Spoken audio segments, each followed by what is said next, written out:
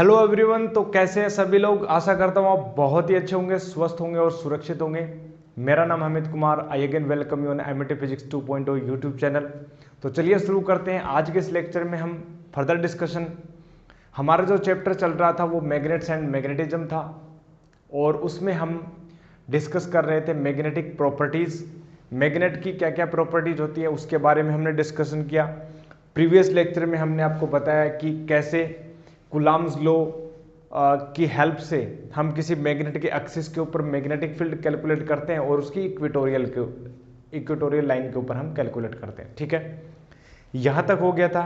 और हमने बोला था कि आज इस लेक्चर में हम बताएंगे कि मैग्नेट को जब एक्सटर्नल मैग्नेटिक फील्ड में रखते हैं तो उसके ऊपर टॉर्क लगता है, कितना लगता है, फोर्स कितना लगता है, ठीक है, वो हम कैलकुलेट करेंगे। जैसे किसी इलेक्ट्रिक डायपोल को इलेक्ट्रिक फील्ड में, एक्सटर्नल इलेक्ट्रिक फील्ड में हम रखते हैं तो उसके ऊपर जो फोर्स टॉर्क लगता है वो torque vector is equal to P vector cross E vector हमारे पास आया था जब हमने इलेक्ट्रोस्टैटिक्स का डिस्कशन किया था। ठीक है, तो चलिए स्टार्ट करते हैं। वही डिस्कशन, सिमिलर डिस्कशन है बट थोड़ा सा चेंज होगा। क्यों? क्योंकि यहाँ पर मैग्नेटिज्म चल रहा है, तो मैग्नेटिज्म में थोड़ा सा तो चेंज आएगा ना, बट उसकी जो फॉर्मेट होगी वो सेम मिलेगी। देखना, तो हेडिंग ये डालेंगे कि टॉर्क के बारे में हम बातें कर रहे हैं, टॉर्क और फोर्स के बारे में। या सिंपली आप ऐसे भी बोल सकते हो कि एक मैग्नेट को एक्सटर्नल मैग्नेटिक फील्ड में रखने पर क्या क्या होता है। लेकिन जनरली हेडिंग हम ये डालते हैं torque Q on a magnet, torque on a magnet in external magnetic field या इन मैग्नेटिक फील्ड। और यूनिफॉर्म मैग्नेटिक फील्ड की बात करेंगे हम। ठीक है, मैग्नेटिक फील्ड। तो सिंपली यदि इस टॉपिक यदि मैं हेडिंग डालूं और इसमें थोड़ा सा लिखूं इंट्रोडक्शन में, तो हम क्या लिखेंगे? Consider a magnet N S which has the length 12 and is placed in external uniform magnetic field. ठीक है, and the magnetic axis is making an angle theta from the magnetic field. देखिए diagram हम बना देते हैं, जो जो हमने बोला अभी आप लिख सकते हैं इसको। ठीक है, और फिर हम उसका डायग्राम बनाते हैं। तो हमने अभी भी क्या बोला कि हमारे पास एक मैग्नेट है जिसको हमने एक्सटर्नल मैग्नेटिक फील्ड में रखा है, और ये एक्सटर्नल मैग्नेटिक फील्ड वो यूनिफॉर्म मैग्नेटिक फील्ड है। तो ये यूनिफॉर्म मैग्नेटिक फील्ड की क्या उसको हम कैसे रिप्रेजेंट करते हैं? यूनिफॉर्म मैग्नेटिक फील्ड को जो है इक्वी स्पेस्ड या इक्वी डिस्टेंस्ड जो मैग्नेटिक फील्ड लाइंस हैं उनके द्वारा रिप्रेजेंट करते हैं। डायरेक्शन सेम होनी चाहिए, ये वाले कुछ इस प्रकार से। ठीक है, और इसके अंदर हमने बोला कि एक मैग्नेट रखा है। ठीक है, जिसको हमने बोला कि कुछ इस प्रकार से ये मैग्नेट रखी है। हमने बोला कि ये जो मैग्नेट रखी हुई है उसका जो मैग्नेटिक एक्सिस है वो बना रही है एंगल, कितना? थीटा एंगल बना रही है ये वाली जो मैग्नेट है। ठीक है, कंसीडर ये वाली मैग्नेट, इसका ये जो अपने पास हो गया नॉर्थ पोल हो गया, ये नॉर्थ पोल ले लेते हैं, ये हमारे पास ले लेते हैं साउथ पोल। ठीक है, तो ये मैग्नेट रखी हुई है, इसकी जो एक्सिस है यानी मैग्नेटिक एक्सिस वो एक्सिस होती है जो इसके नॉर्थ और साउथ पोल से जाए और इस प्रकार से। ठीक है, यहाँ से मैं बोलूँ कि ये जो मैग्नेट है ये यहाँ से जो है इस एक्सिस, ये वाली जो मैग्नेटिक एक्सिस है, ठीक है, और ये वाली इसके पैरेलल है इसकी ज्योमेट्रिकल एंडिंग से, तो एंगल थीटा बनाएगा। ठीक है, तो एंगल मैं बोल देता हूँ ये थीटा है। ठीक है, मैग्नेटिक एक्सिस से भी एंगल थीटा बनेगा और ये मैग्नेट भी एंगल थीटा बना रही है। और ये जो मैग्नेटिक फील्ड है उसको हमने रिप्रेजेंट किया बी वेक्टर से। हम ये देखना चाहते हैं कि जैसे ही हम इस मैग्नेट को एक्सटर्नल मैग्नेटिक फील्ड में रखते हैं तो क्या होगा। सिंपली हमें पता है कि जब भी मैग्नेटिक फील्ड के अंदर जब मैग्नेट को रखते हैं तो इसके ऊपर फोर्स लगेगा। किसने बोला कि फोर्स लगेगा? हमें पता है कि नॉर्थ और साउथ पोल है, नॉर्थ पोल बिहेव करता है as a positive test charge, positive charge की तरह बिहेव करता है। जैसे इलेक्ट्रिक फील्ड में पॉजिटिव चार्ज होता है, वैसे यहाँ पर मैग्नेटिक फील्ड में नॉर्थ पोल होता है। और इसकी पोल स्ट्रेंथ हम मान के चल रहे हैं, ये जो पोल स्ट्रेंथ है हमने कंसिडर किया कि मान लो कि पोल स्ट्रेंथ जो है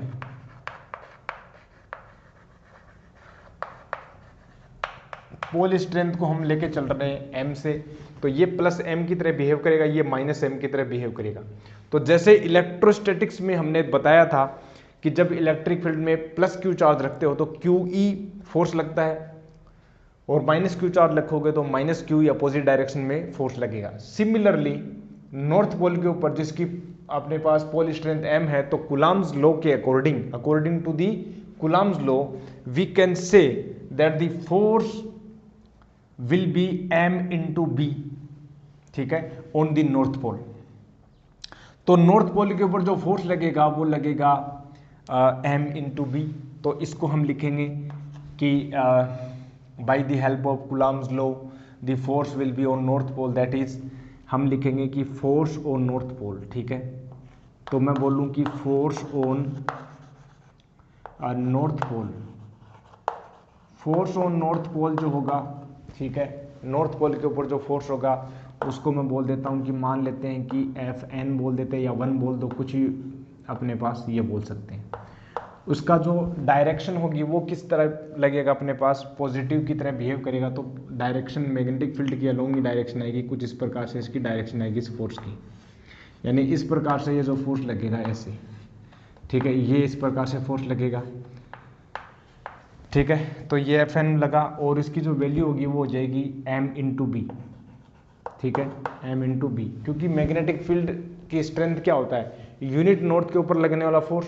जब unit north magnetic pole strength के ऊपर जो फोर्स लेकिन बी लगता है तो m के ऊपर कितना लगेगा, m इंटू बी, सिंपल, ठीक है। By the help of magnetic field intensity we can say that the magnetic field intensity at any point is equal to the force occurring या force applied on unit magnetic pole strength, ठीक है। तो m के ऊपर, m magnetic pole strength के ऊपर कितना force लगेगा, m इंटू बी, मल्टीप्लाई कर देंगे, ठीक है। अब इस फोर्स की जो डायरेक्शन में बात करूं तो डायरेक्शन जो होगी along in the direction of magnetic field. तो वेक्टर की अगर मैं बात करूं तो इन the direction of magnetic field बोल देता हूं, और ये वाली जो डायरेक्शन है हम बोल सकते हैं आर्बिट्ररी की, मान लो कि आई कैप पॉजिटिव मान लेते हैं या सक्सेस में मान लेते हैं, तो आई कैप हमने बोल दिया।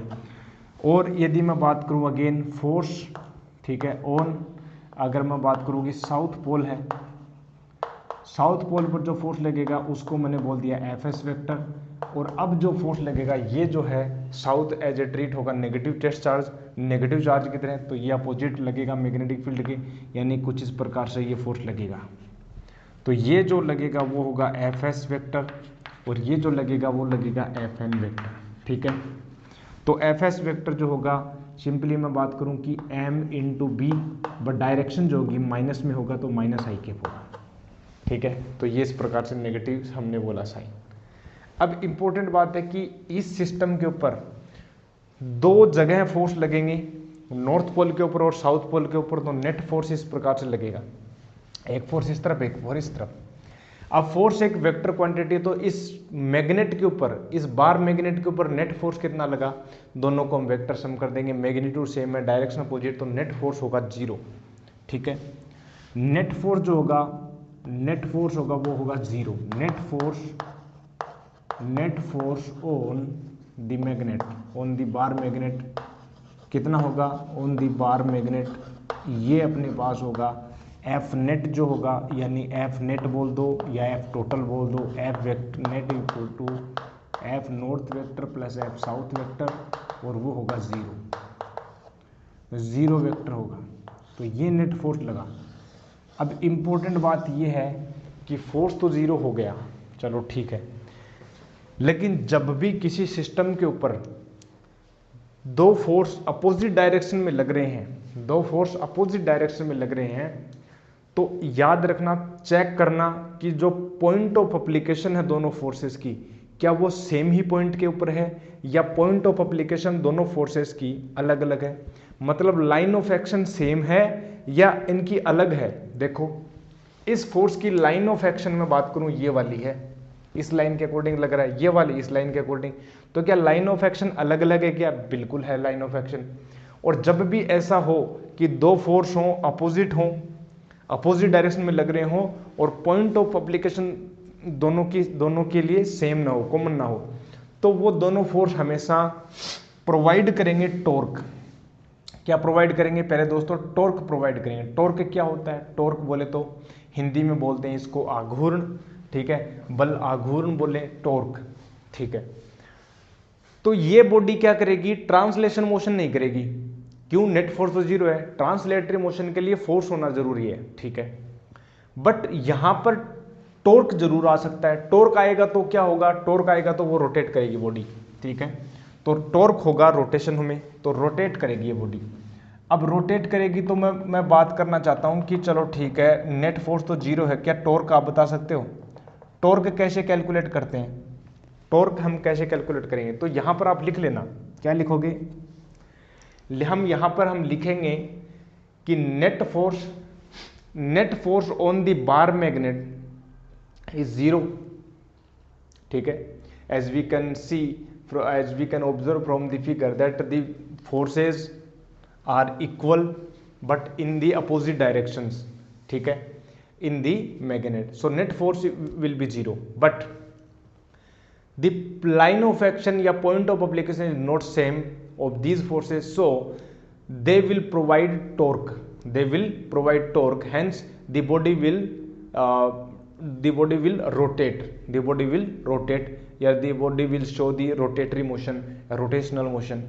अब rotational motion में है एक, तो rotational motion में जैसे 11th की मैकेनिक्स में हम पढ़ते हैं कि जैसे एक ट्रांसलेटरी मोशन होता है, वैसे ही अपने पास अगर हम रोटेटरी मोशन की बात करें तो वहाँ पर फोर्स की जगह हम टॉर्क काम में लेते हैं, और लीनियर डिस्प्लेसमेंट की जगह हम एंगुलर डिस्प्लेसमेंट काम में लेते हैं। तो सारी जो फिजिकल क्वांटिटी है चेंज हो जाती है। हम यहाँ पर टॉर्क निकालेंगे, टॉर्क निकालना चाहते हैं, और हमारा जो टॉपिक भी यही है टॉर्क। तो टॉर्क का जो फंडामेंटल फॉर्मूला जो होता है, ठीक है, हम यहाँ पर 11th डिस्कस नहीं करने वाले हैं, बस थोड़ा सा टच दे रहे हैं आपको। टॉर्क का जो फंडामेंटल फॉर्मूला होता है, torque vector is equal to हमारे पास होता है R vector cross F vector, ठीक है। ये एक एक्सियल वेक्टर होता है, ठीक है, एक एक्सियल वेक्टर होता है। आर वेक्टर क्या है? जिस पॉइंट से आप टॉर्क निकाल रहे हो वहां से जिस पॉइंट के ऊपर फोर्स लग रहा है वहां का पोजिशन वेक्टर, ठीक है, आर वेक्टर, और एफ वेक्टर फोर्स लग रहा है, ठीक है। अब यदि मैं बात करूं कि यहाँ पर मैं बात करूं कि ये जो है इस प्रकार से आर एफ साइन थीटा हो जाता है अगर हम आगे सोल्व करें, और डायरेक्शन जो है वो एन केप हम बोल दें कि ये जो है एक्सियल वेक्टर है, ठीक है। अब यहाँ पर सिंपली मैं बात करूं कि ये जो है वो परपेंडिकुलर फोर्स हो जाता है, ठीक है। सिंपली हम ऐसे भी कैलकुलेट कर सकते हैं। जैसे मैं एक एग्जांपल बोलूं कि मान लो कोई एक सिस्टम है, ठीक है, इस सिस्टम में मैं बोलूं कि इस पॉइंट के अबाउट ये रोटेट कर रही है, ठीक है, इस पॉइंट के अबाउट ये बॉडी रोटेट कर रही है, और यहाँ पर फोर्स लग रहा है इस प्रकार से, यहाँ पर फोर्स लग रहा है, ठीक है। तो इस पॉइंट के अबाउट हम टॉर्क निकालेंगे। तो इस पॉइंट के अबाउट जब हम टॉर्क निकालते हैं तो पोजीशन वेक्टर जो होगा वो होगा अपने पास ये वाला आर वेक्टर, पोजीशन वेक्टर ये होगा, और ये एंगल थीटा होगा R vector cross F vector के बीच में। तो एफ साइन थीटा जो बनेगा वो इस आर वेक्टर के परपेंडिकुलर होगा, यानी ये जो है वो परपेंडिकुलर फोर्स का कंपोनेंट होगा। परपेंडिकुलर डायरेक्शन में जो फोर्स का कंपोनेंट एफ परपेंडिकुलर निकाल लो और आर निकाल लो। तो मैं वो पॉइंट निकालना चाहता हूँ, देखिए ऐसे घूमेगा ये, ठीक है। तो इस पॉइंट के अबाउट देखें तो इस प्रकार से, ठीक है। यदि मैं बात करूँ इसका सेंटर पॉइंट यहाँ पर आएगा, ठीक है। तो नेट फोर्स तो जीरो है, बट ये दोनों फोर्स जो है इसको इस प्रकार से रोटेट करवाएंगे ऐसे, तो ये इस पॉइंट के अबाउट रोटेट करेगा, इस पॉइंट के अबाउट क्या करेगा? रोटेशन करेगा। बट मुझे ये पता है कि आप जो है टॉर्क इस पॉइंट के अबाउट भी निकाल सकते हो, किसी भी पॉइंट के अबाउट निकाल सकते हैं, लेकिन हमें for our convenience we should choose that point that has maximum force vectors, so that the torque of those forces will be zero, or that will be easy to solve that question। तो वो easy हो जाएगा। कैसे? देखो, यदि मैं इस point के अबाउट टॉर्क निकालूं, मैं इस पॉइंट को रेफरेंस ले लेता हूँ। तो यहाँ पर मैं बात करूँ कि आर जो है, जो डिस्टेंस है जिस पॉइंट से आप निकालते हो वो तो डिस्टेंस इसके लिए तो जीरो हो जाएगी, तो इस फोर्स का कोई टॉर्क नहीं आएगा, लेकिन इस फोर्स का आएगा। ठीक है, तो एक फोर्स तो वेक्टर तो नेगलेक्ट आ गया, नेगलेक्ट हो गया इससे। यदि मैं इस पॉइंट के अबाउट निकालूं तो इसमें भी एक फोर्स नेगलेक्ट हो जाएगा, इसका टॉर्क नहीं आएगा, इसका टॉर्क आएगा। तो बात एक ही पड़ी कि आप साउथ पोल के अबाउट निकालो, नॉर्थ के पोल के अबाउट। यदि मैं ओ के अबाउट निकालूं तो देखो इसमें जो है यहाँ से इस फोर्स का टॉर्क भी आएगा, इस फोर्स का टॉर्क भी आएगा। तो हम क्या चाहते हैं, हम ये चाहते हैं कि प्रॉब्लम अच्छे से अच्छे जल्दी से जल्दी सोल्व हो और आसानी से सोल्व हो। तो हम क्या करते हैं, कोई भी पॉइंट ले लो, साउथ पोल ले लो चाहे नॉर्थ पोल, अगर मैं इस पॉइंट के अबाउट टॉर्क निकाल लूँ, अगर मैं इस पॉइंट के अबाउट टॉर्क निकालूं तो इस फोर्स का तो टॉर्क जीरो आएगा, ये तो मुझे पता है, क्योंकि डिस्टेंस जो है आर वो जीरो हो जाएगी। तो और बट इसका आसानी से सोल्व हो जाएगा। देखो मैं बात करूं कि टॉर्क, ठीक है, टॉर्क ऑफ दीज फोर्सेज, ठीक है, torque for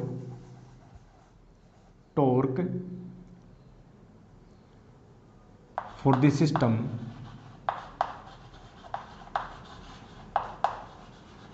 about south pole कितना होगा। टॉर्क की वैल्यू में बात करूं तो टॉर्क जो होगा, ठीक है, इस फोर्स के लिए निकालेंगे, इस फोर्स का वो परपेंडिकुलर कंपोनेंट निकालेंगे। यहां से मैं बोलूं कि ये जो डिस्टेंस है ये आर वेक्टर होगा कि नहीं होगा, बिल्कुल होगा, ये अपने पास होगा आर वेक्टर। ठीक है, यहां से तो ये तो हो जाएगा आर वेक्टर। ठीक है, और एफ वेक्टर ये है, R vector cross F vector. ये तो मुझे पता है कि टॉर्क जो है वो अंदर की तरफ आ रहा है। ठीक है, टॉर्क एक्सियल वेक्टर तो प्लेन के इनवर्ड आ रहा है, और ये रोटेट करेगी चुंबक ऐसे, ये मैग्नेट ऐसे रोटेट करेगी। ठीक है, तो मैग्नीट्यूड निकालूं, डायरेक्शन मुझे पता है, मैग्नीट्यूड निकालूंगा तो आर, ये डिस्टेंस कितनी है, ये डिस्टेंस मैग्नेटिक लेंथ के इक्वल है। किसके इक्वल है, मैग्नेटिक लेंथ, और हम मान के चल रहे हैं मैग्नेटिक लेंथ जो वो 2L है। ठीक है, हम पहले भी ऐसे ही करते आ रहे हैं कि इसकी जो मैग्नेटिक लेंथ है वो हमने 2L ले ली। ठीक है, तो मैग्नेटिक लेंथ हमने 2L ले ली, तो आर जो है वो तो हो गया 2L, और फोर्स जो है अपने पास, फोर्स कितना, Fn फोर्स है, Fn का मैग्नीट्यूड होगा m इंटू बी। ठीक है, m इंटू बी। ठीक है, तो ये हो गया m इंटू बी। ठीक है, और बिल्कुल ये फोर्स परपेंडिकुलर फोर्स है। मुझे एक बात बताओ कि यहां से जो है, एक तो ये वाला एंगल कितना होगा, थीटा है, तो ये वाला भी एंगल थीटा होगा। ठीक है, और ये अपने पास, तो ये जो परपेंडिकुलर कंपोनेंट आएगा, यानी एफ परपेंडिकुलर, ये वाला ये होगा परपेंडिकुलर, और ये हो जाएगा इसके पैरेलल। ठीक है, इस आर वेक्टर के पैरेलल। हमें कौन सा चाहिए, परपेंडिकुलर। परपेंडिकुलर एफ परपेंडिकुलर कितना आएगा, F N cos, F N sine theta, F N sine theta, ये आएगा। ठीक है, और एफ एन की वैल्यू हमें पता है एम बी है, तो एम बी साइन थीटा आ जाएगा, ये हो जाएगा एम बी साइन थीटा। ठीक है, डायरेक्शन मुझे पता है अंदर की तरफ होगी। अब टॉर्क जो है देखो, m इंटू 2L क्या होगा, मैग्नेटिक डायपोल मोमेंट m, और ये हो जाएगा एम बी साइन थीटा, ये आएगा अपने पास। ठीक है, एम बी साइन थीटा आ गया। अब ये m क्या है, magnetic dipole moment, this is the magnetic field intensity, and theta is the angle between dipole moment and magnetic field. क्यों, क्योंकि यहां पर देखो मैग्नेटिक डायपोल मोमेंट जो है एक वेक्टर क्वांटिटी है, और इसकी डायरेक्शन साउथ से नॉर्थ की तरफ होती है। तो साउथ से नॉर्थ की तरफ इसकी डायरेक्शन है एम वेक्टर की। ठीक है, आर वेक्टर की डायरेक्शन भी इसी तरफ है, एम वेक्टर की डायरेक्शन भी इसी तरफ है, और बी वेक्टर की डायरेक्शन ऐसे है। अगर मैं M vector cross B vector करूं ना, तो डायरेक्शन जो है टॉर्क की वो इनवर्ड आ रही है। तो इनको वेक्टर की फॉर्म में मैं ऐसे लिख सकता हूं, कैसे, देखो M vector cross B vector. क्यों, क्योंकि A vector cross B vector क्या होता है, ए बी साइन थीटा। तो ये फॉर्मेट बन रही है, और मुझे अगर मैं राइट हैंड स्क्रू रूल या राइट हैंड रूल से मैं बात करूं डायरेक्शन की, क्योंकि क्रॉस प्रोडक्ट में राइट हैंड यूज में करते हैं, हम क्या करते हैं, simply put our right hand fingers along the direction of m vector and curl these fingers in the direction of magnetic field, then thumb gives the direction of torque. और ये match हो रहा है, टॉर्क की direction inward आ रही है, तो मतलब ये वाला फॉर्मेट सही है। तो ये टॉर्क निकल के आया हमारे पास m vector cross b vector, ठीक है। तो टॉर्क लगा बिल्कुल, और टॉर्क जब भी लगेगा तो रोटेशन होगा, रोटेशन होगा, ट्रांसलेशन नहीं होगा इसमें, रोटेशन जरूर होगा, लेकिन रोटेट होगी ये बॉडी, ये जो नॉर्थ, ये जो मैग्नेट है रोटेट हो जाएगी, और रोटेट होकर इस प्रकार से ये ऐसे रोटेट होगी, ऐसे घूमेगी इस प्रकार से, ठीक है, इस प्रकार से घूम जाएगी, ये इस तरफ घुमाएगा ये वाला, और ये इस प्रकार से घुमाएगा, और ये घूम करके देखो यहाँ पर थीटा है अगर, और ये थीटा एंगल कितना है ये वाला। अब जैसे ये इसके हॉरिजॉन्टल हो जाए, मतलब m वेक्टर जो इस तरफ है, m वेक्टर की डायरेक्शन जो है वो b वेक्टर के अलोंग हो जाए, तो थीटा कितना 0, और साइन 0 0 हो जाएगा, टॉर्क 0 हो जाएगा। तो मैं बात करूं कि ये जो टॉर्क है क्या करेगा, torque wants to align in the direction of magnetic field, ठीक है। तो ये जो मैग्नेट है वो in the direction of magnetic field के डायरेक्शन में वो अलाइन हो जाएगी, और ये इस प्रकार से, ठीक है।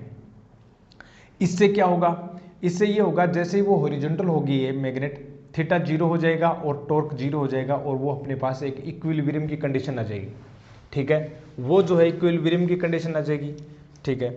तो टॉर्क, ठीक है, आफ्टर सम टाइम, या सम इतना टाइम भी नहीं लगता, तुरंत आ जाती है, जैसे टॉर्क लेगा, टॉर्क लगते ही तुरंत हो जाएगी, ठीक है। एट इक्विलिब्रियम पोजीशन,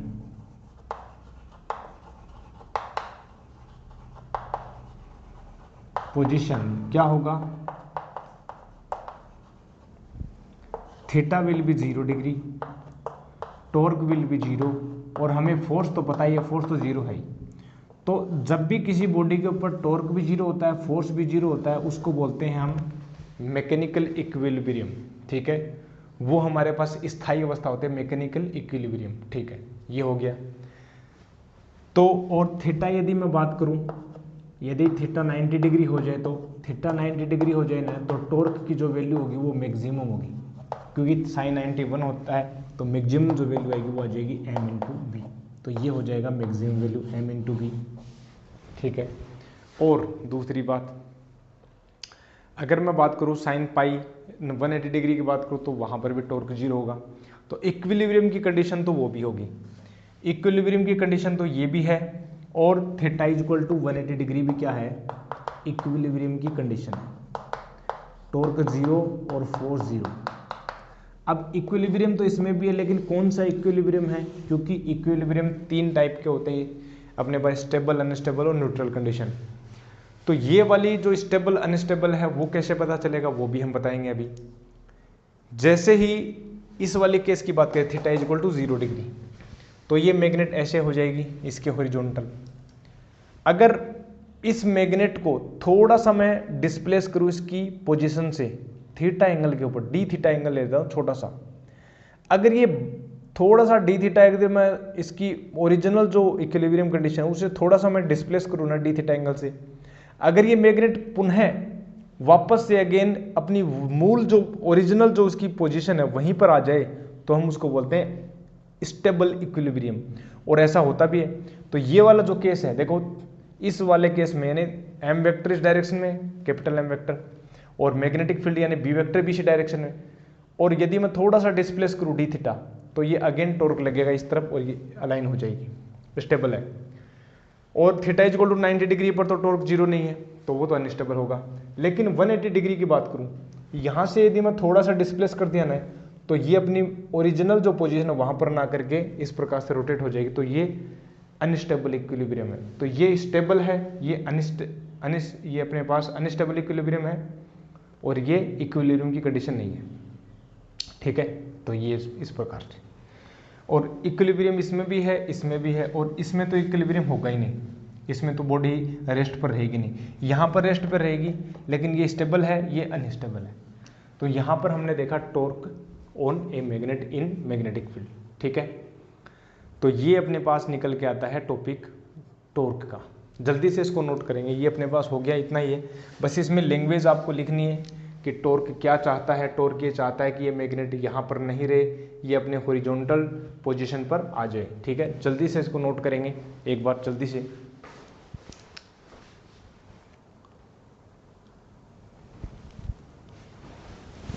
अब ये तो हो गया अपने पास एक topic, torque on a magnet in external magnetic field. अब इसी के रिगार्डिंग अपने पास एक और टॉपिक आता है, वो आता है अपने पास पोटेंशियल एनर्जी का। ठीक है, potential energy of a magnet in external magnetic field. ठीक है, तो यहां पर हम बात करेंगे पोटेंशियल एनर्जी का।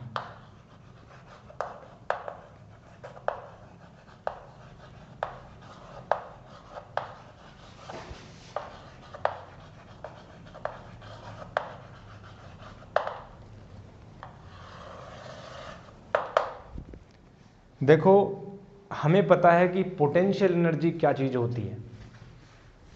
हमने पहले भी डिस्कस किया था, आप अपने पास जो ओल्ड चैनल है वहाँ पर जाके आप इलेक्ट्रोस्टैटिक्स में आप देख सकते हैं। ठीक है, हालांकि इलेक्ट्रोस्टैटिक्स के यहाँ पर भी क्वेश्चन यहाँ पर भी अपलोडेड है। ठीक है, वीडियोस। तो हमने बताया कि जो पोटेंशियल एनर्जी है वो वास्तव में किस लिए एग्जिस्टेंस में आई, तुरंत हम जल्दी से रिकैप करते हैं। पोटेंशियल एनर्जी पहली बात तो डिफाइंड होती है चेंज ऑफ पोटेंशियल एनर्जी के लिए, मतलब पर्टिकुलर अब्सोल्यूट पोटेंशियल एनर्जी हम कैलकुलेट नहीं कर सकते, हम कैलकुलेट करते हैं डिफरेंस ऑफ पोटेंशियल एनर्जी, मतलब चेंज ऑफ पोटेंशियल एनर्जी। दूसरी बात, पोटेंशियल एनर्जी जो है केवल कंजर्वेटिव फोर्स फील्ड्स के लिए हम एडजस्ट करवाते हैं, क्योंकि ये जो पोटेंशियल एनर्जी की जो कॉन्सेप्ट है ये हमें हेल्प करती है फिजिक्स को बेटर डील करने में, जितनी बड़ी बड़ी प्रॉब्लम्स उनको आसानी से सोल्व करने में, इसलिए हम पोटेंशियल एनर्जी की कॉन्सेप्ट लेके आए थे।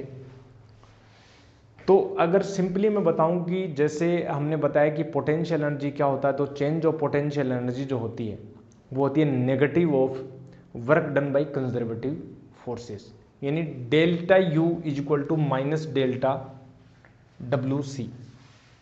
ठीक है, जैसे मैं बोलूं कि पोटेंशियल एनर्जी की कॉन्सेप्ट हमने बताया, अगर मैं पहले का थोड़ा सा बताऊं कि पोटेंशियल एनर्जी जो होती है, change of potential energy defined होती है पहली बात तो, और चेंज ऑफ पोटेंशियल एनर्जी जो होती है वो negative of work done by conservative forces होती है। ये फंडामेंटल डेफिनेशन आती है जिससे हम पोटेंशियल एनर्जी को एडजस्ट करवाते हैं, और पोटेंशियल एनर्जी की सहायता से ही हम बड़े बड़े जो प्रॉब्लम्स है, जैसे वर्क एनर्जी थ्योरम में हम अच्छे से डील कर पाते हैं। जो प्रॉब्लम्स न्यूटोनियन जो अपने पास जो फॉर्मूले हैं वो नहीं कर पाते आसानी से सॉल्व, ये पोटेंशियल एनर्जी की कॉन्सेप्ट है या वर्क एनर्जी थ्योरम की कॉन्सेप्ट वो आसानी से डील कर लेती है इन बड़े बड़े प्रॉब्लम्स को। तो पोटेंशियल एनर्जी वहाँ से आती है। अब ये दूसरी बात ये है कि पोटेंशियल एनर्जी हमने बोला कंजर्वेटिव फील्ड्स के लिए डिफाइन होती है, क्योंकि कंजर्वेटिव फील्ड्स में एक पॉइंट से दूसरे पॉइंट के ऊपर जाने में जो किया गया जो वर्क डन है वो उसके पाथ पर डिपेंड नहीं करता, पॉइंट्स पर डिपेंड करता, केवल चेंज पर डिपेंड करता, फाइनल और इनिशियल। तो हमने ऐसे ही बताया था, अगर आपको थोड़ा सा ध्यान हो, हमने लास्ट में बताया कि यू फाइनल माइनस का यू इनिशियल, इनिशियल से फाइनल माइनस का इनिशियल से फाइनल, और यहाँ पर कंजर्वेटिव फोर्स, यानी मैं बोलूँ एफ ये C vector dot D R vector, यहाँ से हमने बोला था। ठीक है, ये हम फॉर्मूले थोड़ा सा बार बार में बता रहे हैं, पहले हम करवा चुके हैं इनकी बातें। ठीक है, ये हमने बताया। दूसरी बात हमने बोला कि ये जो पोटेंशियल एनर्जी है किसी एक पर्टिकुलर पॉइंट के ऊपर आप कैलकुलेट नहीं कर सकते, केवल चेंज कैलकुलेट करते हैं। ठीक है, जैसे, और दूसरी बात, ये जो रेफरेंस पॉइंट है इस पोटेंशियल एनर्जी के लिए हम रेफरेंस पॉइंट भी डिफाइन करते हैं, और रेफरेंस पॉइंट के ऊपर हम पोटेंशियल एनर्जी को जीरो मान लेते हैं। ठीक है, और किसी पर्टिकुलर पॉइंट के ऊपर हम डिफाइन करवा देते हैं, क्योंकि चेंज अल्टीमेटली हमें क्या चाहिए, चेंज। और रेफरेंस पॉइंट आप कहीं भी कंसिडर कर सकते हैं, और हम वो रेफरेंस पॉइंट कंसिडर करेंगे अपनी प्रॉब्लम्स में जो हमें इक्वेशंस को आसानी से सोल्व करवा पाए, इक्वेशंस की फॉर्मेट अच्छी हो जाए और हमें भी अच्छा लगे। जैसे हम ग्रेविटेशनल पोटेंशियल एनर्जी की बात करें तो हमें पता है कि जब हम ग्राउंड के ऊपर ग्राउंड के ऊपर जब हम पोटेंशियल एनर्जी को जीरो ले लेते हैं और किसी हाइट h के ऊपर हम फाइंड आउट करते हैं तो mgh आ जाती है पोटेंशियल एनर्जी। ऐसे हम इलेक्ट्रोस्टैटिक्स में हम बात करते हैं तो इलेक्ट्रोस्टैटिक्स में हम रेफरेंस के तौर पर इन्फिनिटी को रेफरेंस लेते हैं और इन्फिनिटी के ऊपर हम पोटेंशियल एनर्जी को क्या मान लेते हैं, जीरो, और किसी पर्टिकुलर पॉइंट के ऊपर हम डिफाइन कर देते हैं। क्योंकि अल्टीमेटली हमें चेंज ऑफ पोटेंशियल एनर्जी चाहिए और चेंज ऑफ पोटेंशियल एनर्जी अगर रेफरेंस पॉइंट को जीरो मानने से आ रही है, उसमें कोई परिवर्तन नहीं आ रहा है, तो कोई बात नहीं, हम मान सकते हैं, क्योंकि फिजिक्स में हम चेंज ऑफ पोटेंशियल एनर्जी से डील करते हैं। ठीक है, तो ये अपने पास हो गया। सिमिलरली यहां पर भी हम करेंगे, ये मैग्नेट की पोटेंशियल एनर्जी है। दूसरी बात, ठीक है, हम एक और बात बोलेंगे आपको कि पोटेंशियल एनर्जी आती कैसे एग्जिस्टेंस में। जब भी किसी बॉडी में या किसी कॉन्फ़िगरेशन, किसी भी कोई सिस्टम में अगर उसमें शेप में चेंज हो या उसके कॉन्फ़िगरेशन में चेंज हो या उसकी पोजीशन बदली जाए, तो उनके कारण उस सिस्टम में एक एनर्जी क्रिएट हो जाती है, उसको हम बोलते हैं पोटेंशियल एनर्जी। जैसे अपने पास जब हम कोई मान लो अर्थ के ऊपर कोई एक बड़ा सा ब्लॉक रखा है, ठीक है, या कोई बड़ा पत्थर रखा है, उस पत्थर को यदि मैं उठा करके और h हाइट मतलब 20 मीटर हाइट के ऊपर चला गया लेकर के, तो पहले जो पोजीशन, जो कॉन्फ़िगरेशन था, अर्थ प्लस ब्लॉक, अर्थ प्लस पत्थर, ये था और ये पत्थर था। अब इस पत्थर को मैंने 20 मीटर की हाइट के ऊपर लेके चला गया तो इसकी कॉन्फ़िगरेशन चेंज हो गई, तो अब जो है इसकी यहाँ पर जो है इसके पास पोटेंशियल एनर्जी आ जाएगी। ठीक है, इसके पास पोटेंशियल एनर्जी आ गई। कहाँ से आई? क्योंकि हमने अर्थ के जो फील्ड है, जो कंजर्वेटिव फील्ड है, जो ग्रेविटेशनल फील्ड है चारों ओर, उसके अगेंस्ट जो है हमने कार्य किया और वो वर्क जो है उसकी पोटेंशियल एनर्जी में स्टोर हो जाता है और फिर वो ही हम बोल देते हैं उसको पोटेंशियल एनर्जी। सिमिलरली हम यहाँ पर भी करेंगे। हम क्या करेंगे, मैग्नेटिक फील्ड जो एक कंजर्वेटिव फील्ड है और उसमें हम क्या करेंगे, जो मैग्नेट है उस मैग्नेट की पोजीशन को चेंज करेंगे। देखो कैसे, पहले तो हम एक हम मान के चल रहे हैं कि एक सिस्टम ले रहे हैं, ठीक है, हम ये मान के चल रहे हैं कि एक मैग्नेटिक फील्ड है, इस प्रकार से यूनिफॉर्म मैग्नेटिक फील्ड की चर्चा करेंगे। और यूनिफॉर्म मैग्नेटिक फील्ड में हम मान के चल रहे हैं कि एक मैग्नेट रखी हुई है किसी एंगल थीटा के ऊपर। वही सेम सिचुएशन जो हमने अभी भी डील की कि ये एक मैग्नेट है अपने पास, ये, ठीक है, साउथ है, ये नॉर्थ है, और ये किसी एंगल थीटा के ऊपर रखी हुई है, ठीक है, इस प्रकार से। तो अब जो है हमें पता है इसके ऊपर टॉर्क लगेगा, टॉर्क तो लगेगा, और टॉर्क लगेगा तो वो रोटेट होकर के वो अलाइन होना चाहेगी किस डायरेक्शन में, मैग्नेटिक फील्ड की डायरेक्शन में। ठीक है जी, तो टॉर्क जो लगा ना वो कितना लगा, mb साइन थीटा लगा। टॉर्क कितना लगा, mb साइन थीटा, यही लगता है। तो m वेक्टर को ये टॉर्क लगा। अब ये टॉर्क क्या करना चाहेगा, ये घुमाना चाहेगा अपने डायरेक्शन में, मैग्नेटिक फील्ड की डायरेक्शन में ये अलाइन करना चाहेगा। ये वही बात है जब अर्थ के ऊपर यदि मैं कोई बॉल को यदि मैं छोड़ दूं तो बॉल क्या करेगी, अपने जो सेंटर की तरफ उसको खींचेगी। सेम यहां हो रहा है। अब मैं क्या करूं, इसके अंदर पोटेंशियल एनर्जी स्टोर करना चाहता हूं तो मैं क्या करूंगा, इस फोर्स के अगेंस्ट, इस कंजर्वेटिव फोर्स के अगेंस्ट, कंजर्वेटिव टॉर्क लग रहा है, नहीं लग रहा है, ये लग रहा है टॉर्क, कंजर्वेटिव फोर्स फील्ड है, तो कंजर्वेटिव टॉर्क के अगेंस्ट जो है मैं ये तो टॉर्क लग रहा है कंजर्वेटिव फोर्स का, यानी कंजर्वेटिव फील्ड का।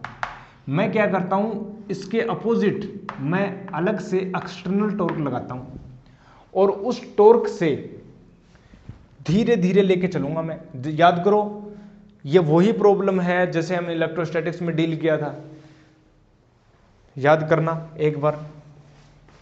देखो हम क्या करेंगे, इस टॉर्क एक्सटर्नल से, ये जो टॉर्क एक्सटर्नल है ये किसके इक्वल रखेंगे, लगभग इक्वल रखेंगे, किसके, कंजर्वेटिव टॉर्क के। क्यों रख रहे हैं ऐसा, क्योंकि हमें पोटेंशियल एनर्जी कैलकुलेट करनी है और पोटेंशियल एनर्जी जो है, सिंपली मैं बात करूं, पोटेंशियल एनर्जी की कॉन्सेप्ट यही है, you final minus you initial, यही तो डेल्टा यू, ठीक है, यही तो है। तो मुझे ये पता है कि जो डेल्टा यू है यानी you final minus you initial जो है वो अपने पास आएगी, यू डेल्टा यू जो आएगी अपने पास वो आ जाएगी माइनस का और डी डब्ल्यू सी यानी del W C, conservative force, work done by conservative forces. But यहाँ पर फोर्स तो जीरो है, हम टॉर्क की बात करेंगे क्योंकि हम इसके जो कंजर्वेटिव टॉर्क लग रहा है वो तो लग रहा है क्लॉकवाइज डायरेक्शन में, हम एंटी क्लॉकवाइज चलेंगे तो वर्क डन निकालेंगे। तो वर्क डन जो है इन टर्म्स ऑफ टॉर्क जो आएगा वो हो जाएगा टो इंटू डी थीटा। हम क्या करेंगे, यहाँ से डी थीटा एंगल पर, ठीक है, थोड़ा सा डिस्प्लेस करेंगे इसको। तो डी थीटा के एंगल पर जब हमने इसको थोड़ा सा डिस्प्लेस किया तो वो कुछ इस प्रकार से हो जाएगी मैग्नेट, ये कुछ इस प्रकार से मैग्नेट हो जाएगी, ठीक है, डी थीटा एंगल पर हमने रिप्लेस कर दिया, थोड़ा सा डी थीटा हमने चेंज कर दिया इस प्रकार से, ये वाला देखो, ठीक है, डी थीटा। तो डी थीटा जब हो गया, ठीक है ना, डी थीटा जब हो गया यहां पर, तो मुझे कैलकुलेट करना है पहले कंजर्वेटिव वर्क, ठीक है। तो देखो जरा, वो हम कैलकुलेट करेंगे, चूंकि डी थीटा पर किया है तो डी डब्ल्यू और इंटीग्रेशन करेंगे, ठीक है, और ये हो जाएगा कंजर्वेटिव वाला। अब मैं जो टॉर्क लगा रहा हूं वो लगा रहा हूं एक्सटर्नल, और ये टॉर्क एक्सटर्नल जो है मैं इसे लिख सकता हूं क्या, जो टॉर्क एक्सटर्नल जो है क्या वो अपोजिट है किसके, टॉर्क कंजर्वेटिव के, ये बात भी मैं बोल दूंगा, ठीक है, इतनी बात समझ में आ गई। अब मुझे एक्सटर्नल का निकालना तो मैं क्या कर दूंगा, टॉर्क एक्सटर्नल कर दूंगा, ठीक है, और डी थीटा भी इसी डायरेक्शन में, तो कोस अपने पास उसका कोई साइन आएगा नहीं, तो टो डी थीटा होगा और ये अपने पास टो डी थीटा हो जाएगा, ठीक है, इतनी बात समझ आ गई, बहुत बढ़िया। तो ये कंजर्वेटिव हो गया, कंजर्वेटिव वर्क। यहाँ पर एक्सटर्नल की बात करेंगे तो यहाँ पर एक्सटर्नल वर्क आ जाएगा, ठीक है।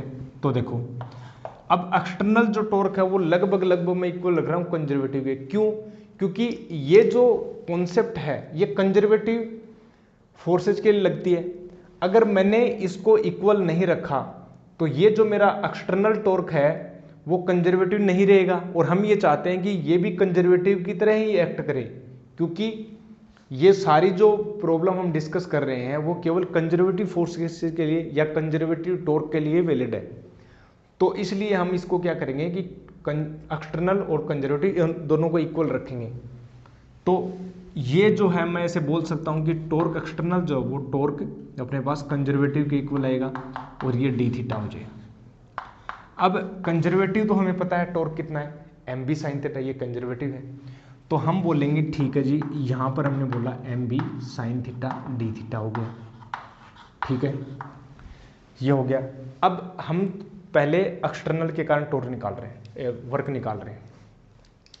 थीटा, अगर मैं एक पर्टिकुलर एंगल ले लूं कि मान लो कि इस मैग्नेट को थीटा 1 से यहां मान लेते हैं कि ये थीटा 1 हुआ, ये थीटा 1 से, और हमने इसको थीटा 2 एंगल पर इसको रोटेट करवा दिया, थीटा 2 एंगल पर रोटेट करवा दिया, तो नेट जो वर्क करना पड़ेगा यानी थीटा 1 से थीटा 2 एक्सटर्नल पर जो वर्क करना पड़ेगा, एक्सटर्नली जो हमें वर्क करना पड़ेगा वो इतना हो जाएगा। और हम m और b तो कांस्टेंट है, और साइन थीटा का जो हो जाएगा इंटीग्रेशन माइनस कोस थीटा, तो माइनस को मैंने बाहर ले लिया, और कोस थीटा अपर लिमिट रखेंगे थीटा 2 और लोअर लिमिट रखेंगे थीटा 1, ये हो जाएगी minus M B cos theta 2 minus cos theta 1। ये देखो अब क्या आया यहां पर, ठीक है, ये तो अपने पास चेंज के लिए कंजर्वेटिव, या मैं इसको ऐसे बोलूं कि डी यू जो है माइनस का डी डब्ल्यू सी, ठीक है, ये अपने पास है, और फिर हमने इसको इंटीग्रेशन करना चाहा, ये अपने पास आ गया, ओके। अब मैं बात करूं डेल्टा यू, अब इस वाले फॉर्मूले के ऊपर आओ, यहां पर देखो, अगर मैं इसका इंटीग्रेशन कर दूं इस वाले फॉर्मूले का, तो मेरे पास मिलेगा delta U is equal to minus का डेल डब्ल्यू सी, या टोटल वर्क डन, क्या टोटल वर्क डन। सीधी सीधी बात है, टोटल वर्क डन अपने पास ये आ गया। तो नेगेटिव, ठीक है। कंजर्वेटिव जो वर्क है वो जो आएगा वो अपोजिट आएगा एक्सटर्नल के, क्योंकि कंजर्वेटिव वाला वर्क तो इस डायरेक्शन में हो रहा है, कंजर्वेटिव टॉर्क तो इस डायरेक्शन में अपने पास रोटेट करेगा टॉर्क कंजर्वेटिव, और ये टॉर्क एक्सटर्नल इस तरफ है, तो वर्क चेंज आएगा ना, वर्क का साइन नेगेटिव आएगा। अगर मैं इसको लिखना चाहूं कि माइनस डब्ल्यू एक्सटर्नल तो कोई बड़ी बात नहीं है, ठीक है, डब्ल्यू कंजर्वेटिव हो तो सही बात है। अब डब्ल्यू एक्सटर्नल कितना है, ये अपने पास है, तो डब्ल्यू एक्सटर्नल आया मेरे पास, ये माइनस माइनस पॉजिटिव हो जाएगा, और डब्ल्यू एक्सटर्नल मेरे पास बनेगा माइनस का एम बी, ये बनेगा कोस थीटा 2 माइनस का कोस थीटा, ये मेरे पास बना।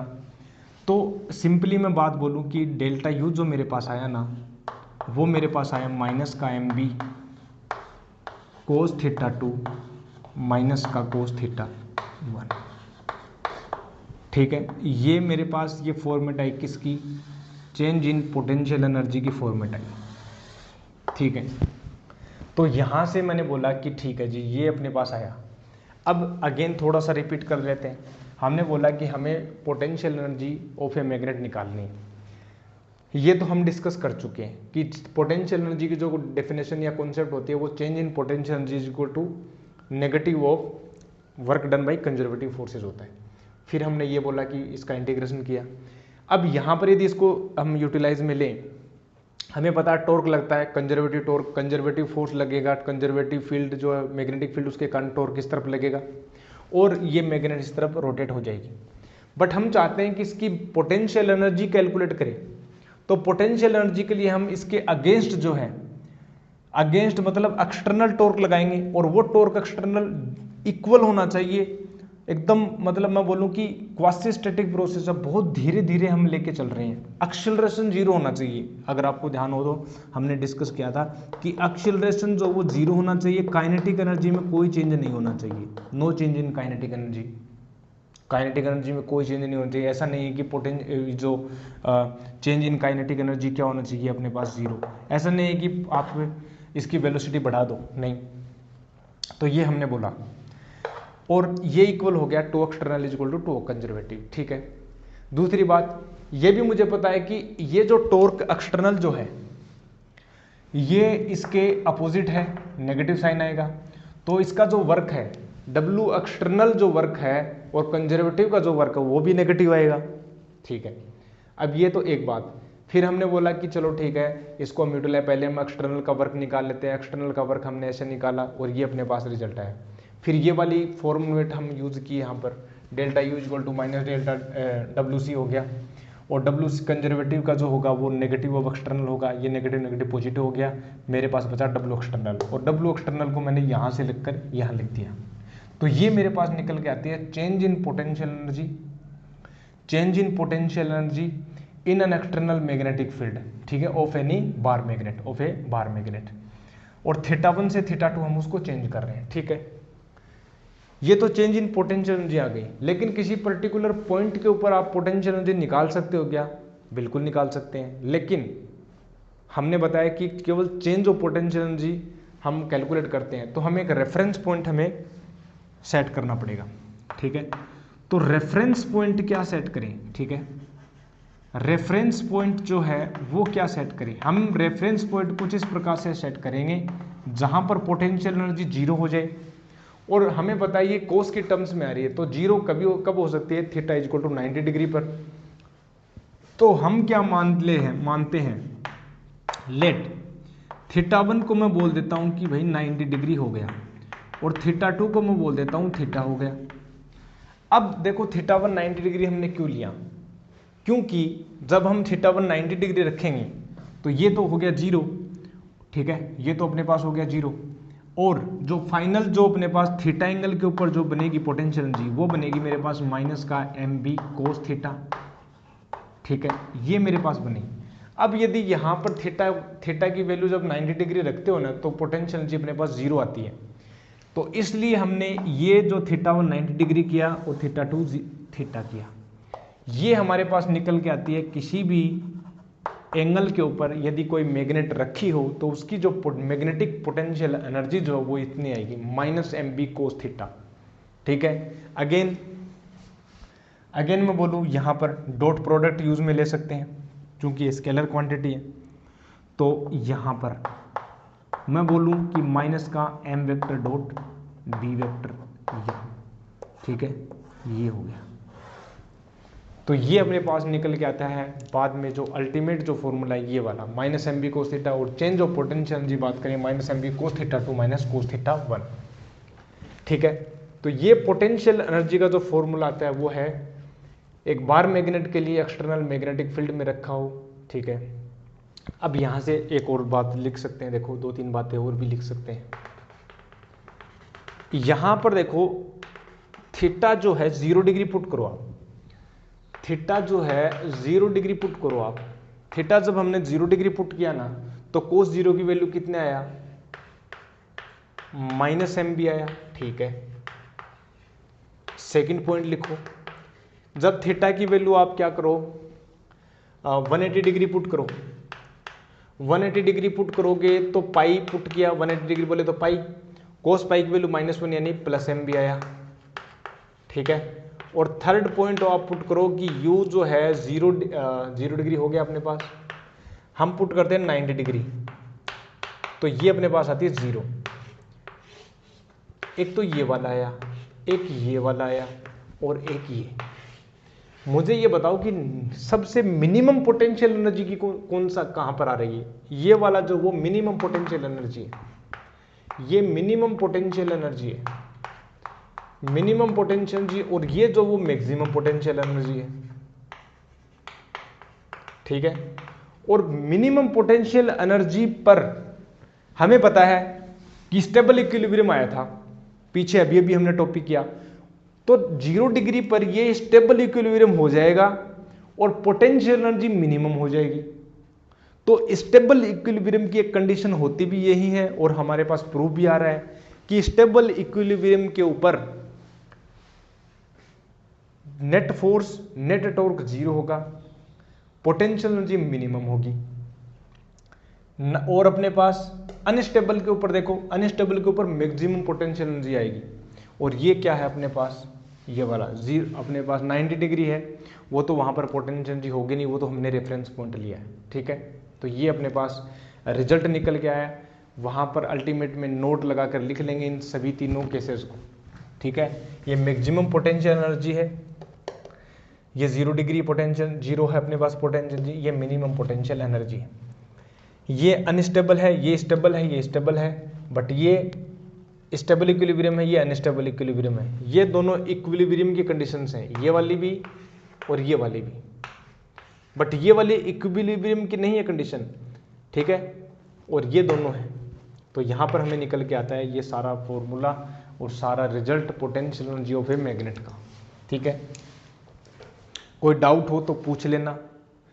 ठीक है, कैसे हमने लिया, क्योंकि यहाँ पर हम इनको रिपीट नहीं करने वाले हैं कि ये जो हम पोटेंशियल एनर्जी भी बताएं आपको हर एक डेप्थ में जा कर के, या मैं ये बताऊं कि जो रेफरेंस पॉइंट क्या होता है वो क्या होता है।